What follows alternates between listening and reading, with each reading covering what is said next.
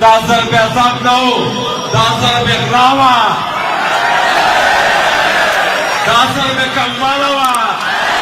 غورن غورځنګ د کمزوري کېدلو پروژه مولانا فضل الرحمن ته د پاکستان استخباراتو سپارلې. نو ویډیو تر پایه وګورئ، په هر څه به پوه شئ. پرون د پاکستان استخباراتو او ایس آی مشرانو د مولانا فضل الرحمن د وزیرستان ګوند مشرانو سره کتلې او هغې سره سلا مشورې کړې چې څنګه وکولی شي په وزیرستان کې پی ټی ایم کمزوری او د وخت په تېرېدو سره یې له منځه یوسي.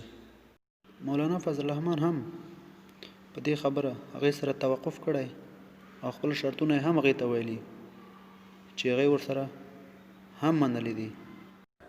د مولانا فضل الرحمن ته د ایس آی مشرانو د نورو همکارۍ ژمنه هم کړې چې وکولی شي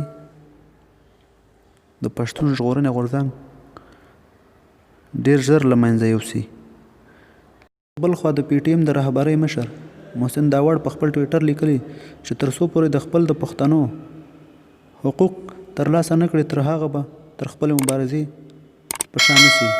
لیدونکو، تاسو د مولانا فضل الرحمن او د محسن داوړ د دې ځواب په اړه څه نظر لرئ؟ خپل نظر موږ سره په کمنټ کې شریک کړئ او زموږ د یوټیوب چینل هم در سره سبسکرایب کړئ.